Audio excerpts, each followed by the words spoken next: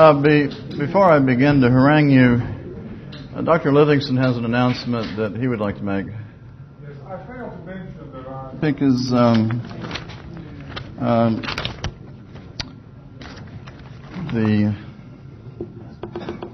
let's get it exact. Let's see. I'm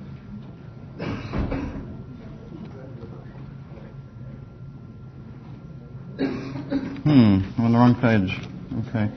Anyway, the origins, early development of the American Empire. Oh, rise of the American Empire. That's a good word. And it's a big topic. The empire's big. The topic is big. So I want to say a few things. One of the problems with the American Empire is that there's a lot of sort of empire denial going around. The mainstream press doesn't seem to think it's plausible that there is an American empire. It would seem to rule the world, but somehow this is benevolent and benign, somehow an extension of always being attacked for no good reason by foreigners who envy us and are jealous. Something like that. It's very implausible, I think. But nonetheless, in the mainstream media, and for that matter, a lot of mainstream scholarship, you would never know that there might be an American empire, and this might be a topic worth looking into to see if we like this and to see if it has consequences that we like or don't like. One example, just from millions of things you can find on the internet. Here's something on world military expenditures. Okay, at $325 billion, the U.S. military budget for fiscal year 2002 is nearly 6 times larger than that of Russia, the second largest spender. It is more than 22 times as large as the combined spending of the 7 countries traditionally identified by the Pentagon as our most likely adversaries, and I will add such dangerous powers as Cuba, Iran, Iraq, dangerous power of Libya, North Korea, which when they can take time off from eating pine cones will attack us, Sudan, and Syria. And then U.S. spending, projected spending is more than the combined spending of the next 12 nations. U.S. and its close allies spend more than the rest of the world combined. Now, I submit that this is unlikely that this is for defense in any traditional meaning of that word. Even a slightly expanded conception of defense in which we want to protect a few sea lanes, it seems to me it might not be defense. I suppose it could be argued that we actually are cowering behind our continental borders and those of a few island possessions with a big fence, and we're simply spending all this money because we happen to like, and the voters like, certain contractors and just want to give them this money. I don't think this will hold up. So I have some general things I want to say. I think we can take that this is possible given that there's an American empire, and talk about the origins. I want to say a few general things and draw some diagrams again. I think by now the hidden theme of this whole conference is coming into view, and it has something to do with the struggle over the long haul between liberty and power. And we've looked at this in a number of different modes, the standpoint of centralization and the suppression of natural order by the artificial man that Dr. Livingston was speaking of, and we've seen this in concrete applications of this struggle. I mentioned the Republican theme, in which this was seen as an eternal struggle between court and country. And I happen to like the court language. I mean, it's sort of evocative. You think of the court and you think of all these corrupt people hanging around the seat of power, having dangerous liaisons and spending all the people's money and plotting all sorts of unnecessary things that they can do. Except now the court is much, much bigger. The court takes in, I suppose, in this sense, a large, not just a large bureaucracy, but a large set of intellectuals, maybe some historians, a huge bureaucracy, whole segments of society whose fortunes are tied to the bureaucracy and various kinds of ideas advocated by the court intellectuals. So the court party, and this is why it's called a court party, is bigger than the court itself. And over here we have the country party, and again I kind of like that word, even though it's not a perfect term for this. We could say alternatively that these are the state building party, and it's unfinished work, as John Dewey would say. It just has to keep being built and will never reach the end. It's just an ongoing process that there's just no final causes anymore, so it just goes on. And we might think of this as the libertarian, decentralist, or some other things. Anyway, people that are the enemy of that, for very positive reasons. Common critique is that I think James Jackson Kilpatrick once wrote that a common liberal notion was that, you conservatives are just against the government. Well, for good reason. This is not without some reflection that people might take these positions. And I want to do a little sort of a chart. I hope you can see it in back. Well, maybe I'll just erase some of this so you can have a chance of seeing it. It seems to me that at the danger of producing something like the Nolan chart, I'll do a little box chart. We'll have political possibilities and political economy on on an axis, whatever it is. Anyway, we'll say that there might be laissez-faire liberalism as an economic policy, and then there might be a general policy of statism, and this is actually wider because there's many varieties. There might be mercantilism, there might be communism, there might be some things in between.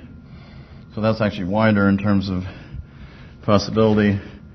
In foreign policy, you might decide to have empire and intervene all over the place for certain whatever reasons, or you might have non-intervention. And so you have 4 possibilities. You might have people who say they are for laissez-faire liberalism, but yet they objectively seem to be building an empire. This has been called many things. It might be referred to as the National Review position. It might be named after my old boyhood hero, Barry Goldwater. But there's a certain structural incoherence in that you can't really, in the end, determine that you want to rule the world, or even a large portion of it, and then at home have laissez-faire liberalism. It's incoherent. All these other policies in the foreign field tend to undermine, and finally we see these people drifting into some part of this box here, okay, where you have statism and empire, which seems at least consistent, and this has a number of possibilities here, from fairly benign ones over to communism, which expanded some, but the problem with outright communism was that since it couldn't calculate rationally, it tended to undermine its own future and didn't actually work out well in that form. Now, you might have some combination of anti-empire and laissez-faire liberalism, where I think we would tend to find ourselves. I think this at least has the advantage of being intellectually consistent and coherent. Now, you might have non-interventionists who are also statists, and here we might, I don't know, Ralph Nader somehow comes to mind, who might be a mild statist. You might have people who believe in some sort of highly regulated economy, but have understood that there's some relationship between empire and things they don't like or they're opposed to on some other grounds like pacifism or something. You see this with some of the so-called isolationists in the 1930s. Someone like Charles Baird, who's in favor of corporatism at home, some kind of regulated economy, or Lawrence Dennis. There are a number of people who... So that perhaps is a consistent position, but it tends to come out of an analysis which is descended, among others, from John Hobson, which taught people to believe that the market economy as such somehow leads to imperialism, so you have to regulate the economy to prevent that, and so the cure for imperialism, if that's something you care about, is some form of socialism or corporatism. And indeed, the late William Apple Williams might be put in this category, though he's really quite an interesting writer, and I think a historian whose insights are still being deliberately neglected by the historical profession at large. Okay, so much for that. Well, what do we mean by empire? And how do we distinguish empire from imperialism? I mean, it used to be if anyone said anything about imperialism, it was, oh, you're echoing the Soviet line, because only the Soviets talk about imperialism. So, and then maybe in some antiquarian sense there might have been some other imperialism, but it had nothing to do with anything that's going on now. So we have empire and imperialism. This term is sometimes, well, it's handy because you can get an adjective from it. You can talk about imperialists. And clearly these words are related. This is Latin, in essence. This is the French form of the same word. Sometimes there's a tendency to use the term imperialism referring to overseas possessions. Okay, but we're going to just use them kind of interchangeably. But turning to empire, been a number of ways this has been used. It's very typical in the 18th century for this to mean any large consolidated, I'm going to abbreviate, any large consolidated state. And typically this might mean it has irresponsible government. Sometimes it's used in a more neutral sense, just meaning there's some large state somewhere in the 18th century writers. And in the 20th century, the late 20th century, we have tended to use the word also to refer to overseas imperialism. And that was just to make it more dramatic in case there's a film. So one of the interesting things about empires, I think, over the long haul is that the large consolidated kind of empire on land can be very long-lasting, like the Tsarist state in Russia is an empire. Even before the Soviet period, this was an empire. It's a huge land-based state, and there have been others, China, and these can be very long-lasting, whereas seaborne empires based on sea power, tend to be a bit more brief. The Dutch, Spanish, and so on, the British, they tend to be have a little less staying power in the very long run, at least if we can trust Paul Kennedy, who wrote that interesting book on the rise and decline of the great powers about, right before the Gulf War, actually. I think maybe it was one of the books they were reading, and they said, oh no, we can't go in decline, we're going to have a war to prove we're not in decline. That may have been it. So you can view history as a sort of series of incidents in which the court power or the country power is dominant in a particular country you're studying, a particular place you're studying. Over the long haul, though, you tend to see this ratchet effect whereby the court party, at least in our case, has gained over the long haul and has never suffered a serious setback.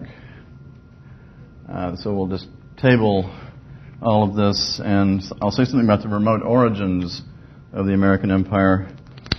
One, of course, is religious, and there's a number of notions here, but the idea of a redeemer nation, and there's a book by a historian named Tuvson, which is quite interesting. I believe it came out in 1968. And he says that there's a whole interesting millennial theme that's present in Protestantism and articulated sometimes by Protestants during the American Revolution, that, well, we've had this wonderful revolution and now we have to export this to the rest of humanity. And you get the impression that it isn't always meant to be just by being a good example, that at some point we will have grown in power and we shall have to go out there and knock heads together and make all these people enjoy the many benefits that we have. They're not necessarily going to be consulted. We're just going to take them, these benefits. And again, a classic book by Weinberg. There's a classic book on Manifest Destiny, by which he means a series of rationalizations for American expansion over land. And a third thing I can mention is that there's a very early interest in the markets of Asia. But again, this is fairly innocent. Somebody found out you can sail a clipper ship to China and get silk and bring it back, and it's worth a lot more money in one place than it is in the other. So this is a moneymaker, and the New England shippers are interested in this very early, particularly once the slave trade is closing down and they aren't making so much money in New England on the slave trade. So they have to have alternatives. So another problem came up implicitly in I think my previous lecture, and that's the question of landed expansion, and Dr. Higgs mentioned something about this. There's some debate about whether it constitutes empire when you just keep absorbing all the contiguous land next to you, and I mentioned that Harrington had opened up this possibility that you could expand over land indefinitely in the West without making the leap, or having the downfall of going from republic to empire.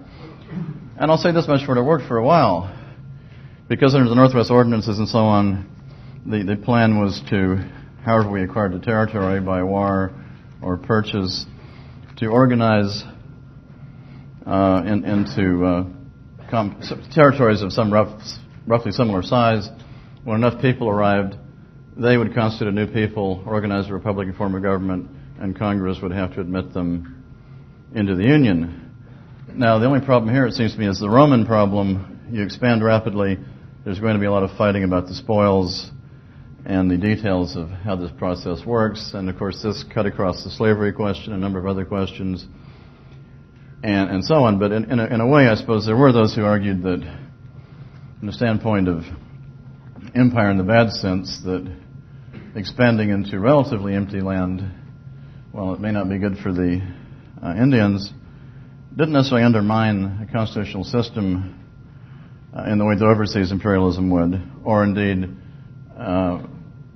and neither of those in their initial phases undermine it the way that having a major war of the kind we had in the 1860s might do. So I'll table that. There are some historians, like Walter McDougall, who say, well, the expansion is just continuous. First thing, it's Florida, Yucatan, I don't know, this is Cuba, very rough, Baja California, I suppose.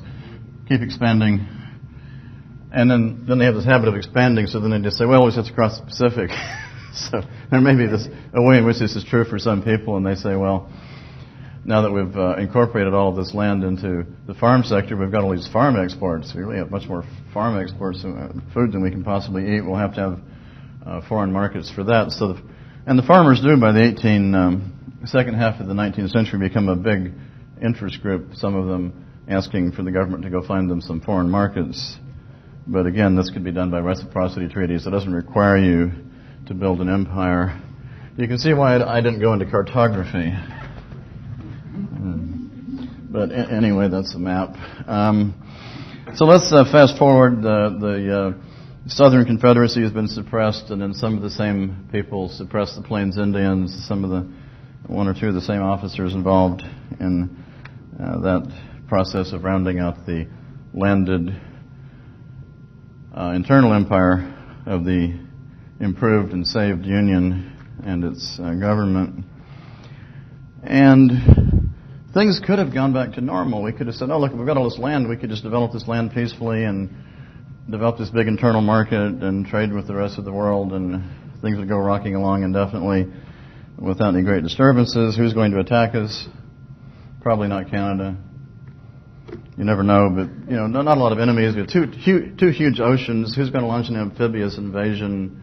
Is the King of Portugal going to attack us? Probably not. This didn't seem satisfactory to a lot of people. And by the 1880s, you start to get an agitation that we need a blue water navy. Captain Mahan starts writing about sea power as the key to world history, and we have to build an adequate navy to get in the big power game. And somehow it isn't enough. We already have a kind of rough dominance in Latin America to the extent that we exercise it.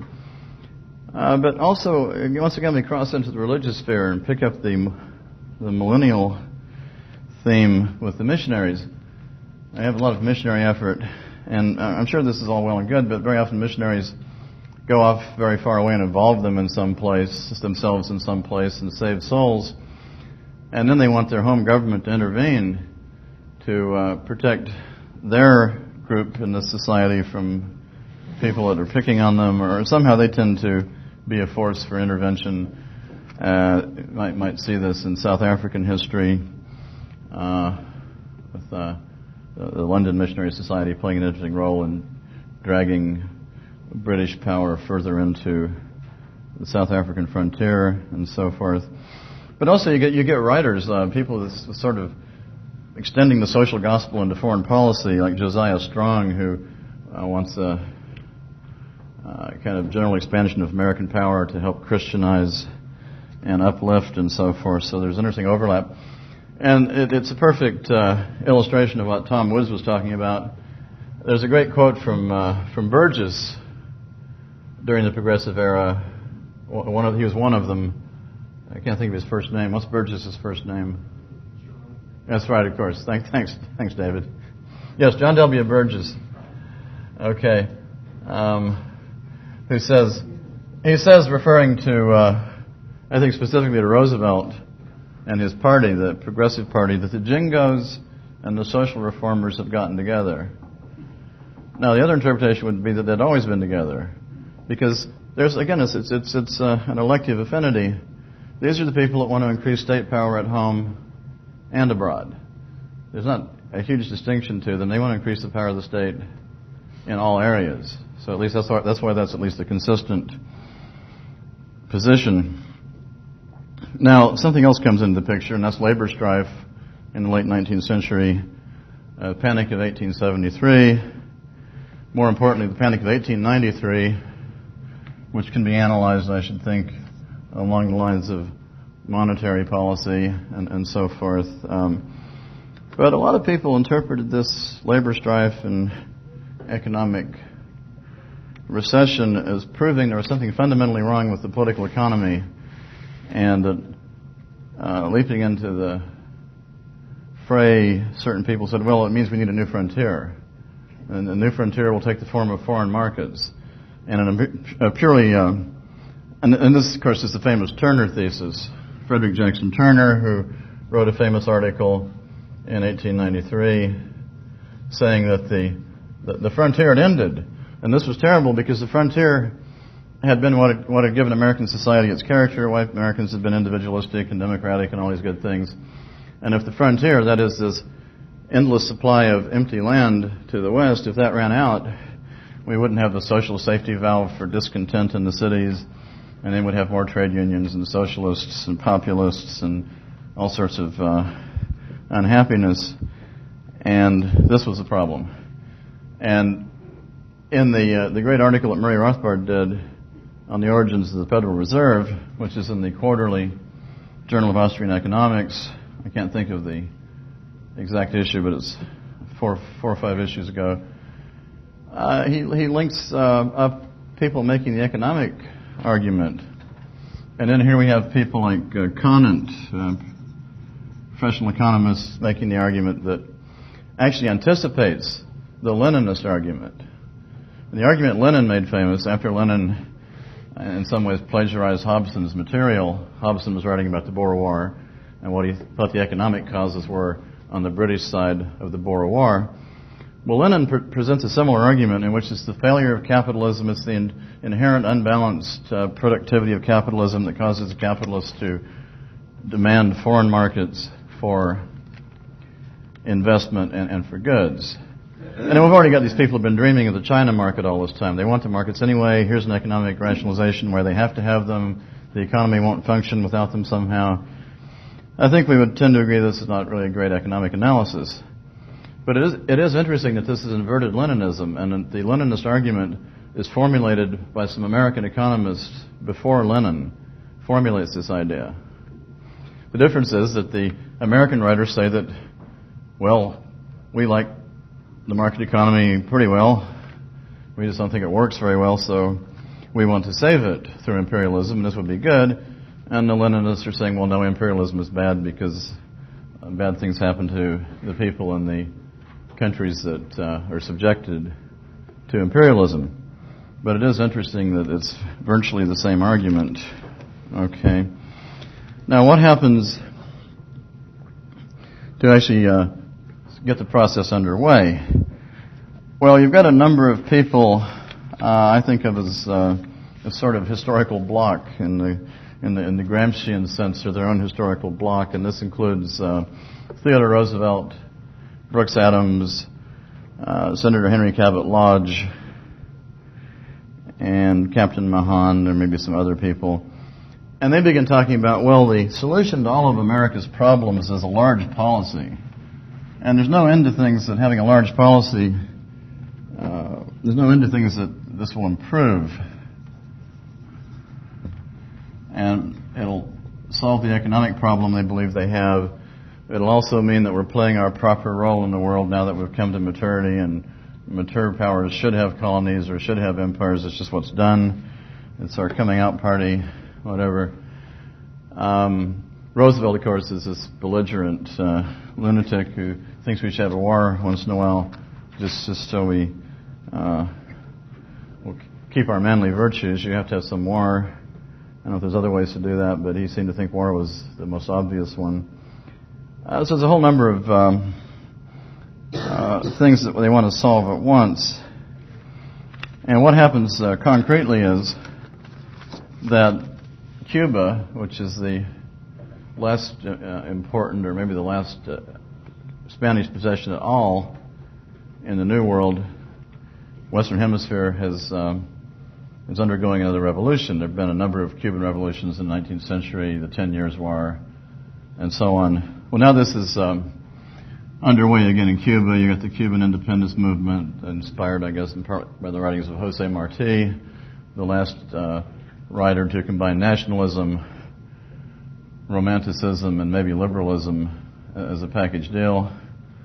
And he goes down to Cuba himself. All the Cuban refugees are in Ocala and New Orleans and various American cities agitating, and then they actually get something going, and Jose Marti goes down there and gets killed in the first couple of weeks because, I mean, he's a writer. He's not a military guy, but at least, did what he thought was right.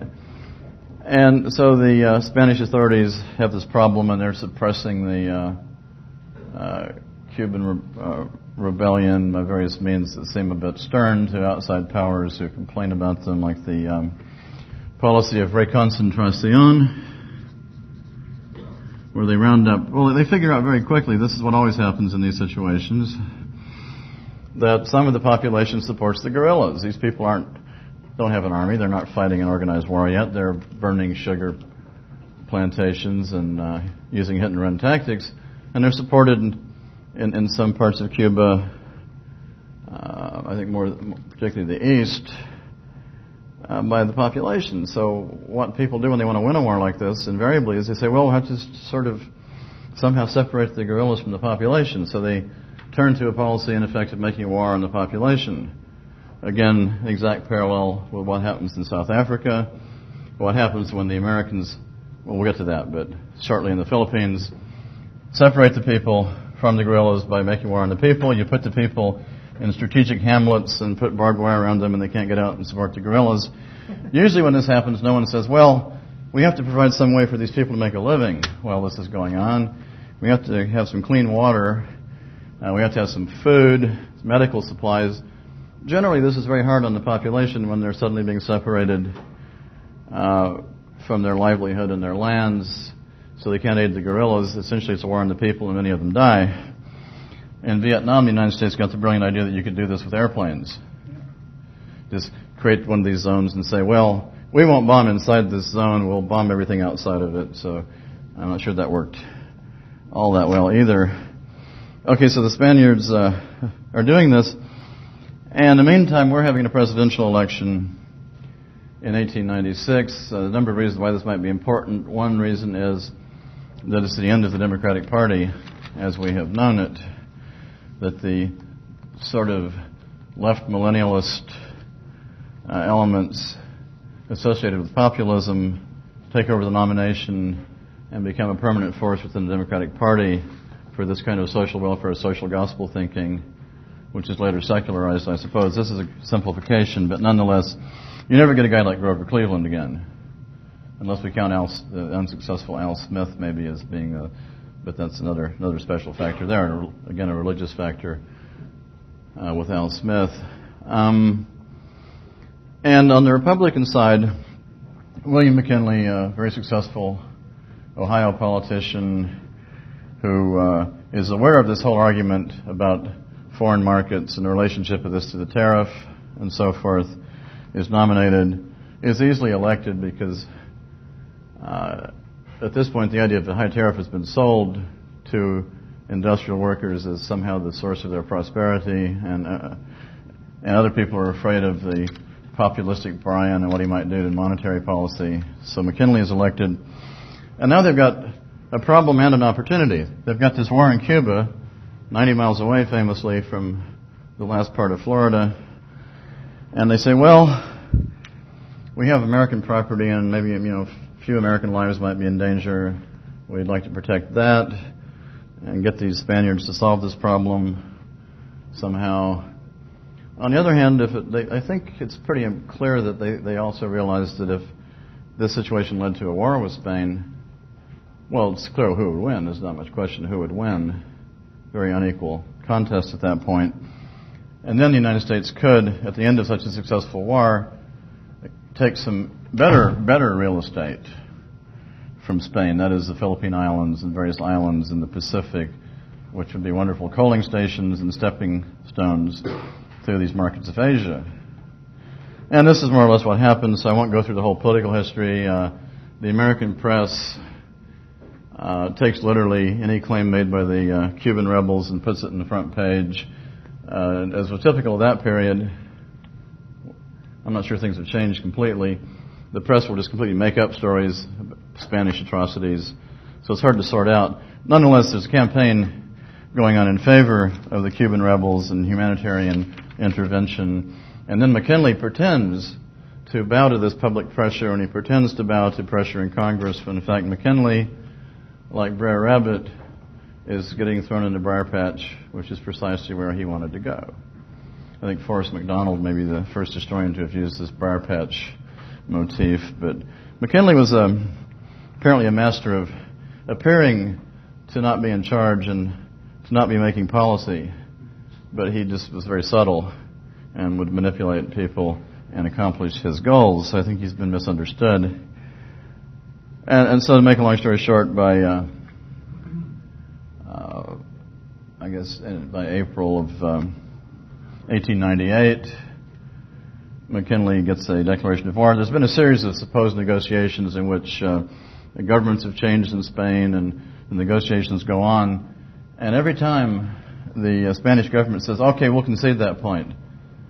And you think, well, that's it, it's resolved. Then the Americans come back, well, we actually have these two other points. So the negotiations are probably meant to fail. It seems like that might be the case. So anyway, McKinley has a budget for a war, and he's authorized to go to war. At least he actually didn't proclaim on his own that he could send troops to Cuba. And we'll cut through the fun stuff. We got a new drink, the Cuba Libre, and some new songs and new public hero, Dewey, the Commodore. I don't think he wasn't an admiral, I don't think. And it's a very brief war. The American casualties in Cuba mostly die of disease and bad food supplied by the army contractors. The military casualties are pretty minor compared to a lot of wars. And it's also used as a means of reconciling the defeated Southerners, because they're given prominent positions in the campaign. Fightin' Joe Wheeler is called out of Congress to help lead the campaign in Cuba, former Confederate brigadier Fightin' Joe Wheeler, and so forth. So there's a lot of purposes are served by this. And in the end, what's important, I think, is the American acquisition of the Philippines. We do turn Cuba into a kind of protectorate, but we never... Congress had passed a clause saying we were only in this to save the Cubans and liberate them, so there was no room to maneuver and actually make Cuba into a territory, but we did acquire Puerto Rico, I guess, Los Ladrones, some other islands. and so forth. The Philippines are the most important because they're the ones that give you a wonderfully large harbor on the way to these Asian markets that these people are interested in. Now, what's interesting, this is not a Marxist analysis because there's not some abstract capitalist class, some big class of capitalists who are calling for this.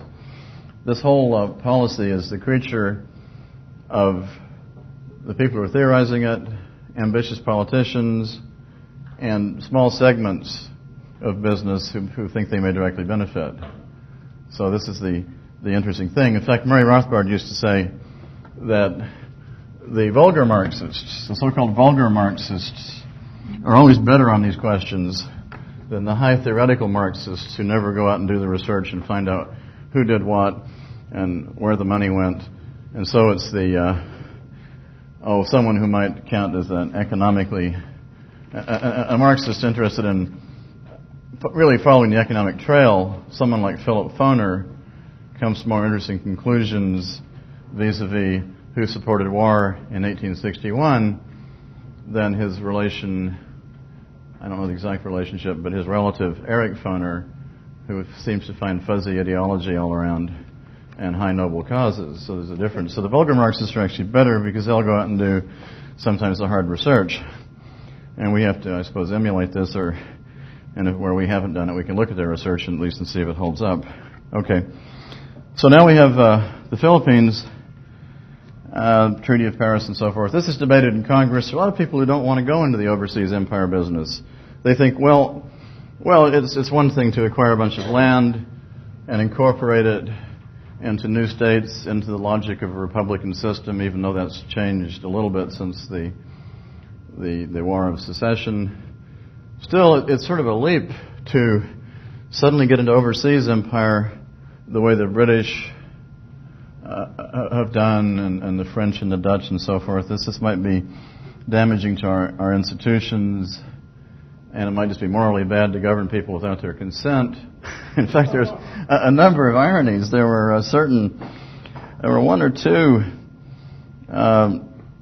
Southern congressmen who made a direct link and said, well, if the Philippines aren't governed any better than South Carolina was governed during Reconstruction, they're in for a bad time. There were a few that made the direct comparison.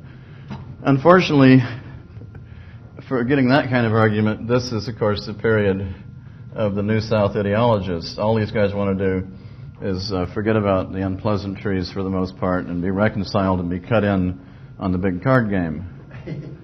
And they're willing to be very cooperative at the national level if they can be cut in. It's sort of has something to do with the rise of Atlanta, perhaps, but that might be unfair. I mean, some of this is just commerce, and I don't object to commerce as such. But nonetheless, you get some of this criticism, but it's not a groundswell.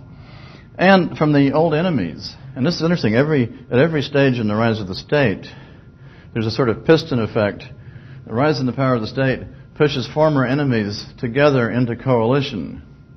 So now you have people who say, well, everything was fine, nothing wrong with saving the Union by force, but now this overseas empire is wrong. I mean, Lincoln was right, but it would be wrong to govern the Filipinos without their consent. It's okay to make the South stay in the Union, but this is wrong. People draw lines at different places historically. So now former enemies are in the anti-imperialist coalition.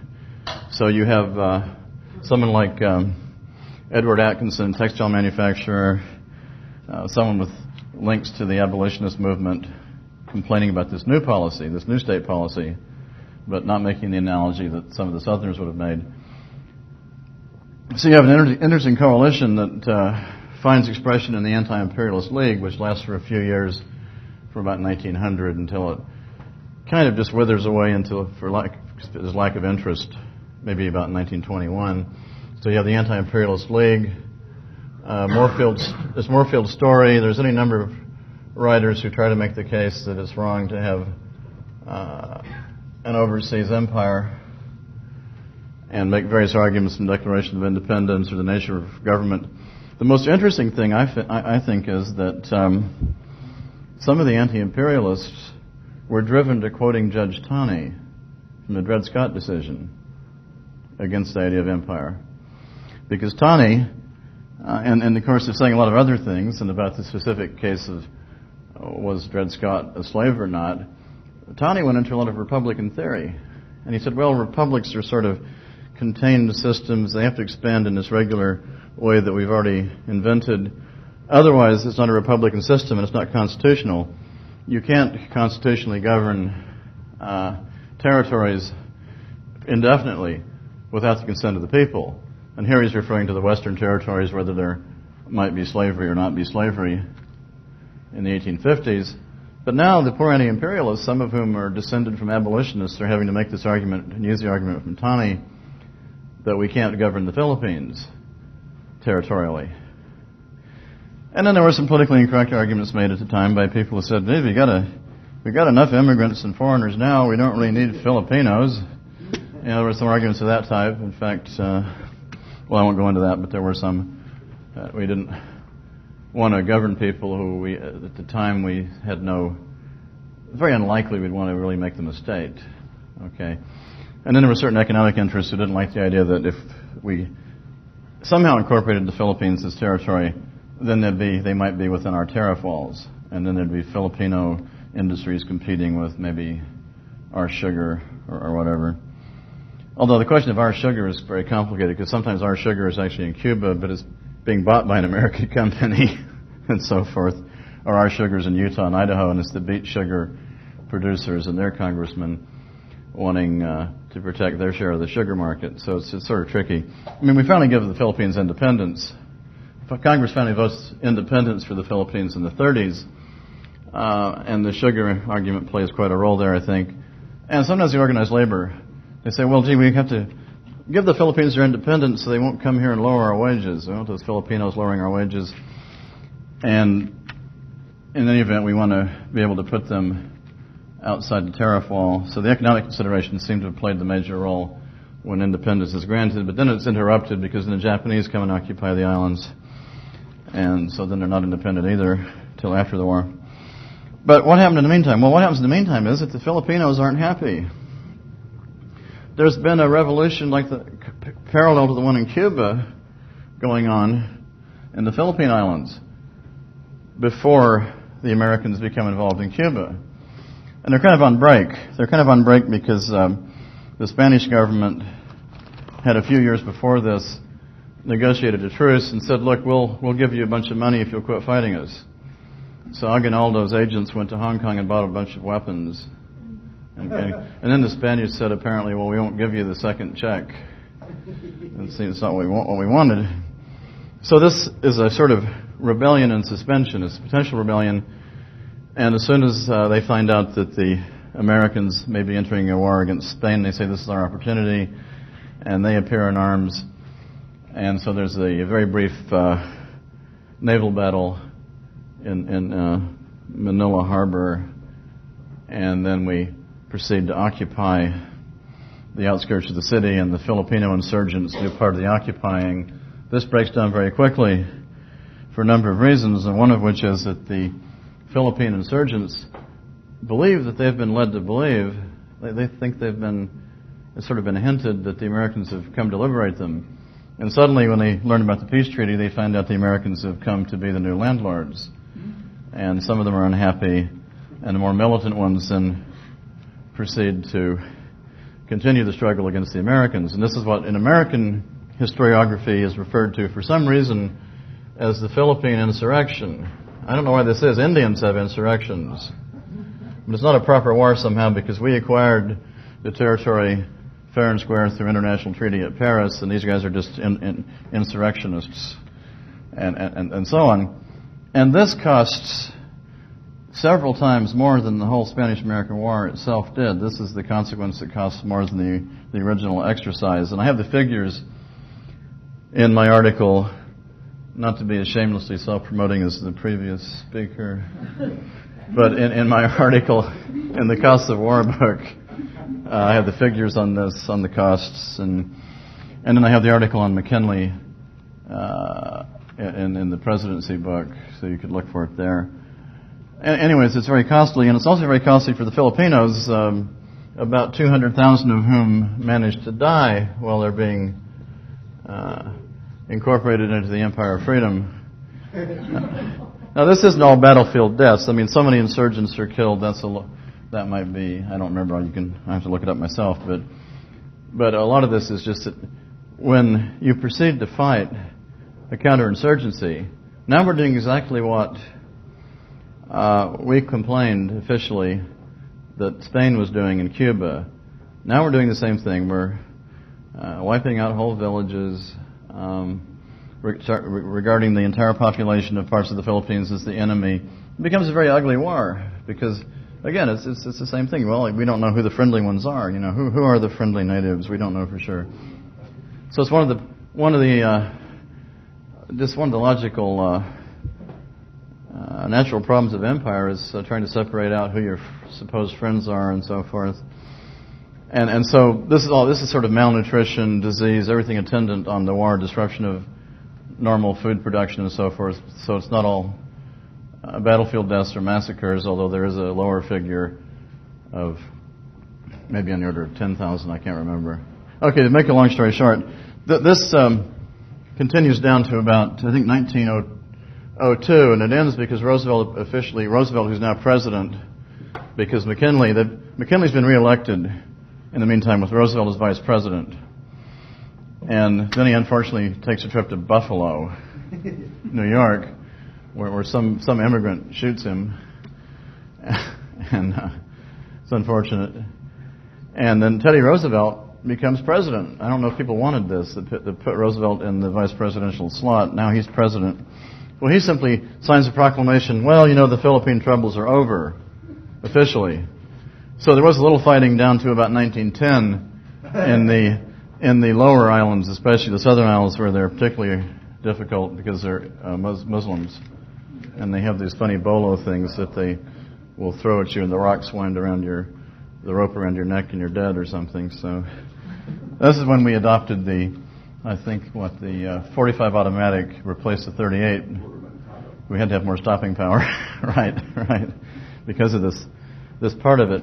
And there's also a whole reorganization of the Army because the Army hadn't performed brilliantly. I mean, there's some funny stories about all the supplies piling up in Tampa, and the officers are all drinking, getting soused at Mr. Plant's hotel, and the enlisted men are all enjoying the sinful delights of the port of Tampa. And then they're all getting sent, winter uniforms to go to Cuba, and all sorts of logistical problems in getting the expedition off the ground. Oh, there's one funny anecdote I can't leave out, and this is just drop back to the actual little bit of fighting. There isn't a huge amount of fighting, and Roosevelt did not win the war all by himself by charging up with his volunteers. This is not true. It's just his version. But there was a very funny incident at the Battle of Las Guasimas, where Fighting Joe Wheeler and his men advance, and the Spaniards start to run, and Wheeler says, "Come on, boys, we got the damn Yankees on the run." Forget which war he's in.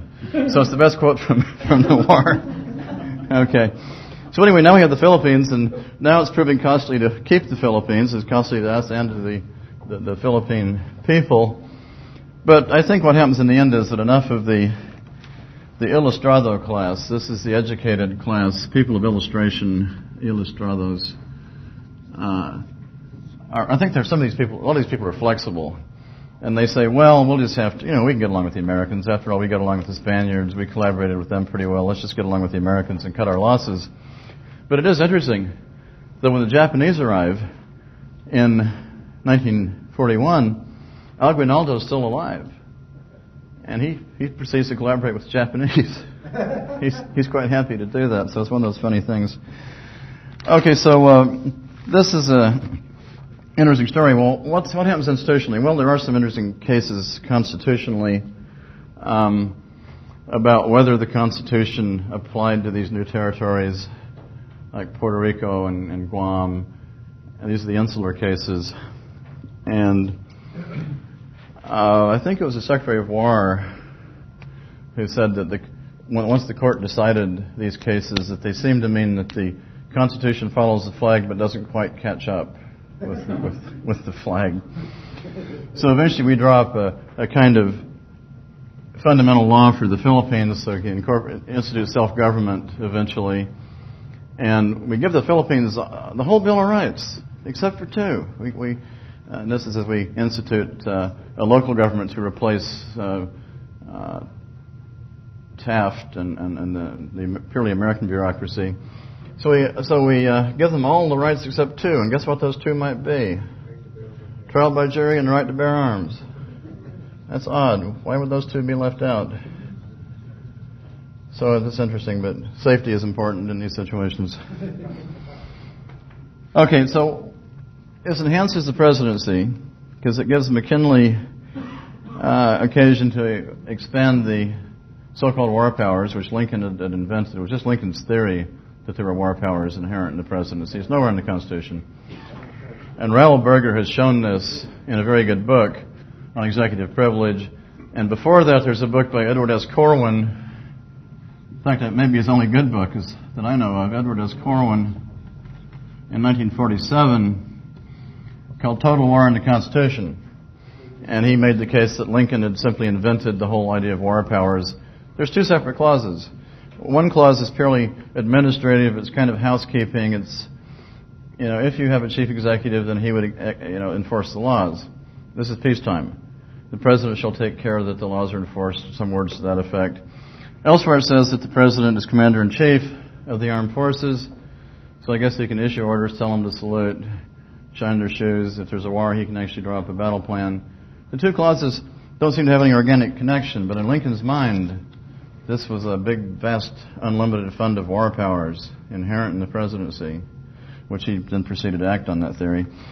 So McKinley is now able to act in his capacity as ruler of a foreign territory and starts issuing some of these administrative orders that Tom was talking about. I don't know if the curve goes up at that point, but he issues some. And we have an expansion of the bureaucracy because now we have to have the Bureau of Insular Affairs. I don't know why they just didn't put it in the Bureau of Indian Affairs, since the American troops in the Philippines had tended to, many of the officers had fought in the last Indian wars, and they tended to think of the Filipinos as sort of Indians who were, further west. Had the same Indian fighting attitude. Might have just merged those two bureaucracies. And so we have the reorganization of the army because of logistical failures. But also, we've emerged as a world power. And this is interesting. Can someone advise me on the time? Is that with questions? Pardon? 5 minutes without Q&A. Okay, good. I can do that. Okay. Well, it's interesting because now we are emerging as an international power. And the British are sitting up and taking notice. And the British are saying, well, our backward cousins are emerging as a great power. They're surpassing us industrially. We need to shape up our backward cousins. We need to turn them into the junior partner in an Anglo-American world hegemony. We want to be nice to the Americans. So we won't criticize anything that they're doing in the Philippines, even though it's the exact same sort of thing they complained the Spaniards were doing in Cuba, and pursue the Anglo-American friendship. Okay, and this is reciprocated in the Boer War. During the Boer War, Secretary Hay is as pro-British as he could have been without actually being on the British payroll, and attempts to prevent any criticism. The delegates arrive from the Boer republics, and he won't see them. And so if you had a funny thing at the Democratic Convention where, let's see, that would be, I guess it's the next convention. No, it's 1900. Can it be? Yeah. Hang on. Well, I guess the imperialism issue is already on the table. Yeah. Democratic Convention, I guess it would be 1900. You have a funny thing where a few of the Democrats take an interest in the imperialism issue in a general kind of way, and they have some of them are waving the Transvaal flag of the South African Republic at the Democratic Convention. So it's an interesting thing.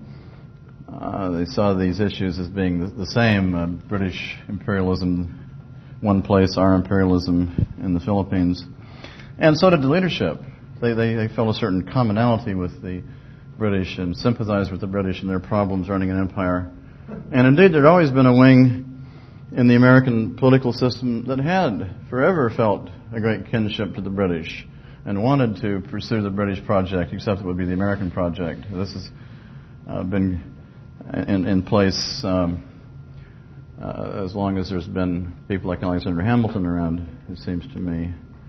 Okay, so do I have anything at all in terms of time? No, if you want to ask, I have a few questions. Okay, we'll make a long story short. This all gets worse because then we have now a world power, and Wilson has to get us into the First World War, and many things happen because of that. Okay. Okay.